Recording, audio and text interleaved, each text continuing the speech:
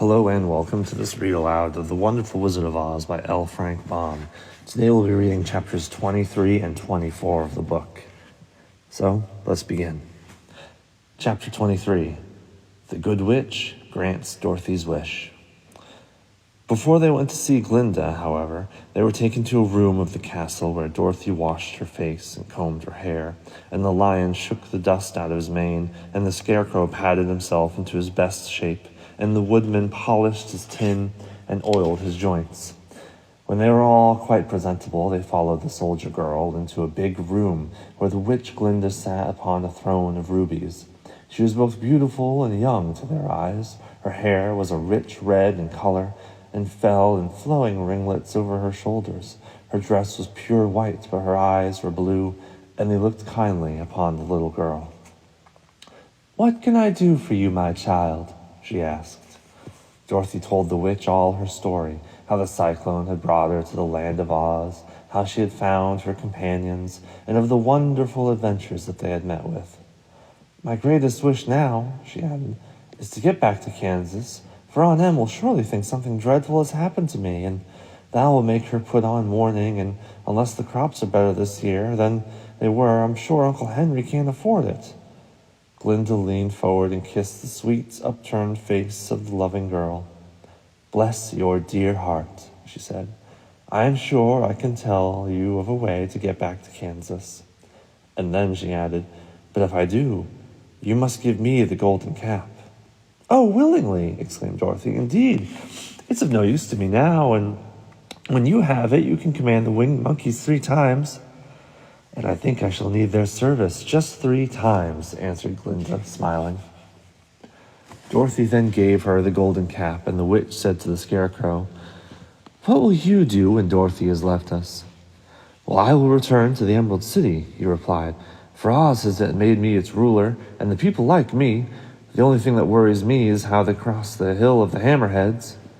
Well, by means of the golden cap, I shall command the winged monkeys to carry you to the gates of the Emerald City, for it would be a shame to deprive the people of such a wonderful ruler." "Am I really wonderful?" asked the scarecrow. "Well, you are unusual," replied Glinda. Turning to the Tin Woodman, she asked, "What will become of you when Dorothy leaves this country?" He leaned on his axe and thought a moment, and then he said, "The Winkies were very kind to me, and they wanted me to rule over them after the Wicked Witch died. I'm fond of the Winkies, and if I could get back again to the country of the West, I should like nothing more than to rule over them forever." "Well, my second command to the winged monkeys," said Glinda, "will be that they carry you safely to the Winkies.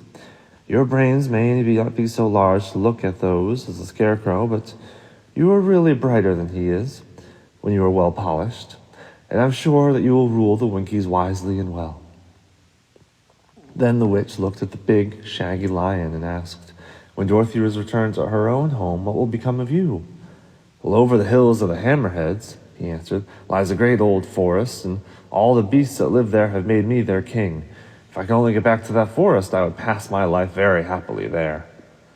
"Well, my third command to the winged monkeys," said Glinda, "shall be to carry you to your forest, and then, having used up the power of the golden cap, I shall give it to the king of monkeys, that he and his band may thereafter be free forevermore." The scarecrow and the Tin Woodman and the lion now thanked the good witch earnestly for her kindness, and Dorothy exclaimed, "Well, you're certainly as good as you are beautiful, but you haven't told me how to get back to Kansas." "Your silver shoes will carry you over the desert," replied Glinda. "If you had known their power, you could have gone back to your Aunt Em the very first day you came to this country." "Well, but then I should not have known my wonderful brains," cried the scarecrow. "I might have passed my whole life in that farmer's cornfield." "And I should not have had my lovely heart," said the Tin Woodman. "I might have stood and rusted in the forest till the end of the world." "And I should have lived a coward forever," declared the lion. "No beast in all the forest would have had a good word to say to me." "This is all true," said Dorothy, "and I'm glad I was of use to these good friends.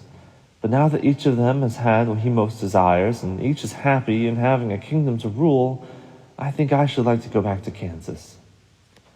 "Well, the silver shoes," said the good witch, "have wonderful powers, and one of the most curious things about them is that they can carry you to any place in the world in 3 steps. Each step will be made in the wink of an eye. All you have to do is knock the heels together 3 times and command the shoes to carry you wherever you wish." "Well, if that is so," said the child joyfully, "I'll ask them to carry me back to Kansas at once." She threw her arms around the lion's neck and kissed him, patting his big head tenderly. Then she kissed the Tin Woodman, who was weeping in a way most dangerous to his joints. But she hugged the soft stuffed body of the Scarecrow in her arms instead of kissing his painted face, and found that she was crying herself at the sorrowful parting from her loving comrades.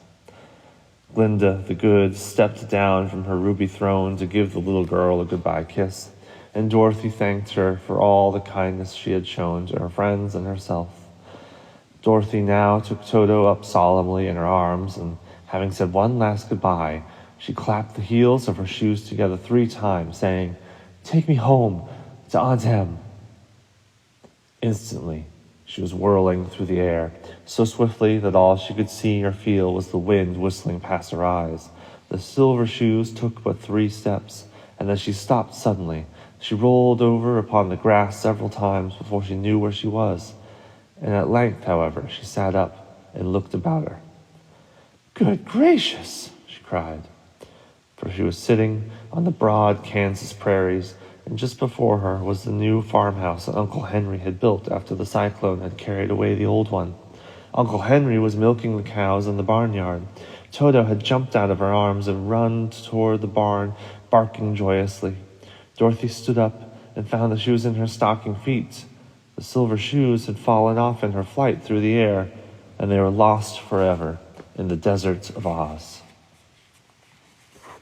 Chapter 24. Home Again. Aunt Em had just come out of the house to water the cabbages when she looked up and saw Dorothy running toward her. "My darling child!" she cried, folding the little girl in her arms and covering her face with kisses. "Where in the world did you come from?" "From the land of Oz," said Dorothy. "And here is Toto, too. And oh, Aunt Em, I'm so glad to be at home again." The end. Well, I hope you enjoyed this reading of The Wonderful Wizard of Oz by L. Frank Baum. Come back tomorrow. We're going to start reading A Wrinkle in Time. Until then, I hope you're all staying happy, healthy, and safe. I'll see you next time.